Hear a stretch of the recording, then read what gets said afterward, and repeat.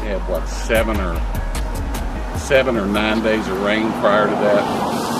And then I think the way they said it was up here in the head of Garrison, which would put you over Hannah Drive and Woodward Drive and all that up in there where they sort of the mountain comes together, is where this cloudburst was, and it just shot down the mountains. And we got back in here, there was a watermark right here, and it ran all the way down the house.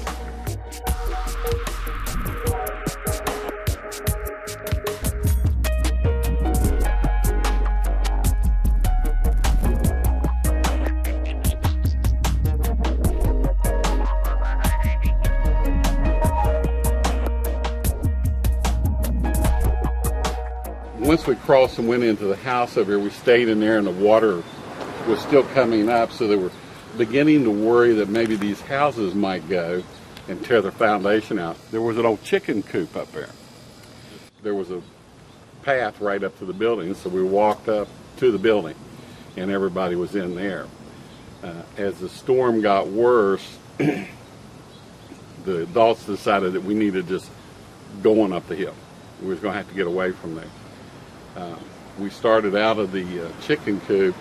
My stepfather, mother, grandma Spradling, and all the rest of them had already gone out the door.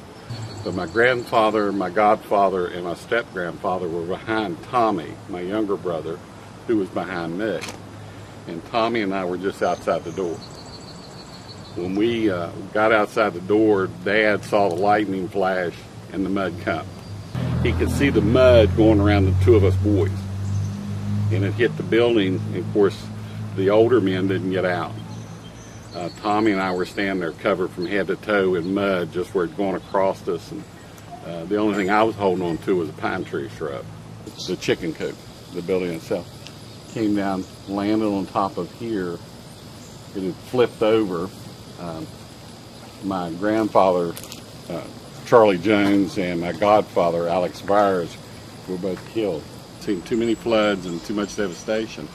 So even since we've left here, we've either lived on plateaus or on top of the hills, or, of course you could get washed off one of those too with a mudslide, but it makes me feel safer.